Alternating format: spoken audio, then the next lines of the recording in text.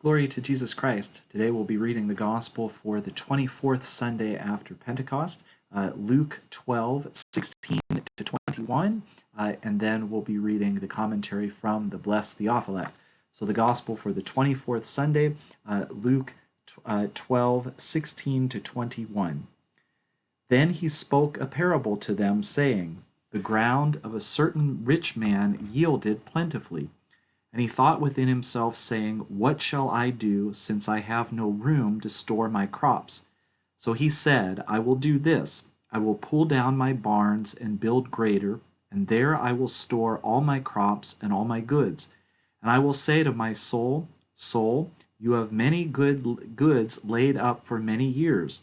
Take your ease, eat, drink, and be merry.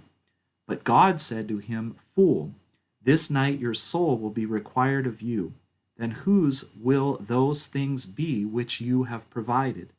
So it is he who lays up treasure for himself and is not rich toward God. And then the commentary from the blessed Theophylact. The Lord has said that the life of a man is not lengthened by an abundance of possessions. And now he offers this parable in confirmation of this truth. See how he describes for us the insatiable thoughts of the foolish rich man. God did his part and showed his mercy. For all the ground of the rich man brought forth plentifully, not just one of his fields. But the rich man himself bore so little fruit from the mercy shown him that even before he had gathered the crops, he imagined them already locked up for himself. See also the pleasures of the rich man. What shall I do? Does not the pauper say the same thing as well? What shall I do? I have nothing to eat or to put on. Think, if you will, about the words of the rich man. What shall I do, because I have no room where to gather my crops? At the very least, he could take a good rest. If both the pauper says, What shall I do, because I have not, and the rich man says, What shall I do, because I have not, then what do we gain by gathering more and more? We do not gain any rest, and it is clear from all the cares that come from our further efforts that we are piling up for ourselves only a great multitude of sins. Yet the foolish man says, I will pull down my barns and build greater. And if your land yields even more bountifully in the future, will you pull these down and build again? But what need is there to pull down and build? You have available to you as storehouses the stomachs of the poor, which can hold much, and are indestructible and imperishable. They are in fact heavenly and divine storehouses, for he who feeds the pauper feeds God.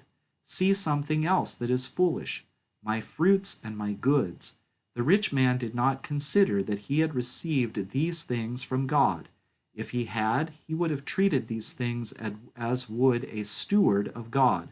But he imagined that these things were the fruits of his own labors, which is why he usurped them for himself, calling them my fruits and my goods.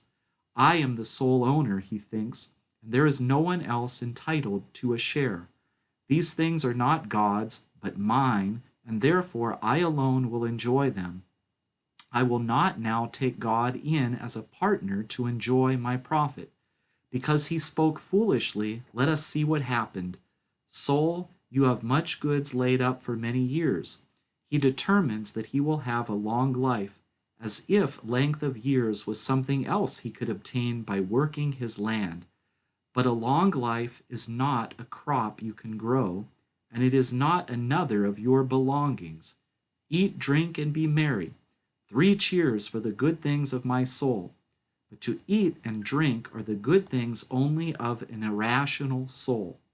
Because this man has an irrational soul, it is fitting that he plans to reward himself with these things. But the good things of a rational soul are to understand, to reason, and to be glad in the law of God and in good thoughts. Do eating and drinking not suffice for you, O fool? But you must also order up for your soul that which accompanies these things, namely, shameful and base pleasure. Euphemistically did the Lord employ the words, be merry, indicating by them the most wanton passions which are the consequence of too much of food and drink. But God said to him, Fool, this night they shall require the soul of you. The words God said unto him do not mean that God conversed with the rich man, although the parable puts it in this form.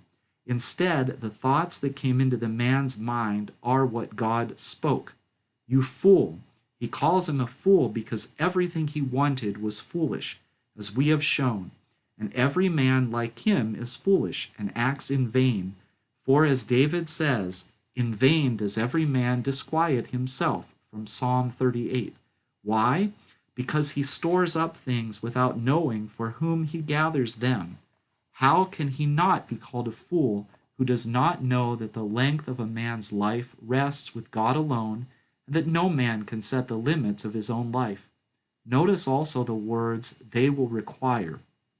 Like some stern imperial officers demanding tribute, the fearsome angels will ask for your soul, and you will not want to give it because you love this life and claim the things of this life as your own.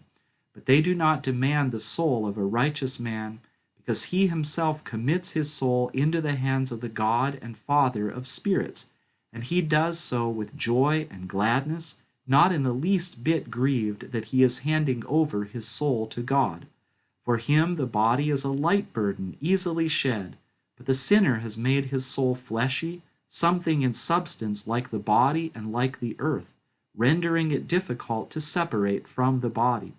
This is why the soul must be demanded of him, the same way that harsh tax collectors treat debtors who refuse to pay what is due. See that the Lord did not say, I shall require your soul of you, but they shall require. For the souls of the righteous are already in the hands of God. Truly it is at night when the soul of such a sinner is demanded of him.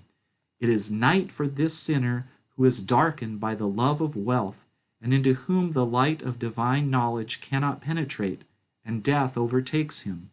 Thus he who lays up treasure for himself is called foolish. He never stops drawing up plans and dies in the midst of them. But if he had been laying up treasure for the poor and for God, it would not have been so.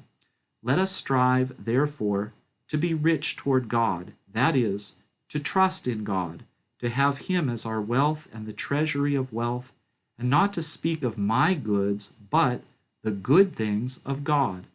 If they are God's, then let us not deprive God of his own goods. This is what it means to be rich toward God, to trust that even if I empty myself and give everything away, I will not lack the necessities. God is my treasury of good things, and I open and take from that treasury what I need. And this is the gospel for the 24th Sunday after Pentecost. Glory to Jesus Christ.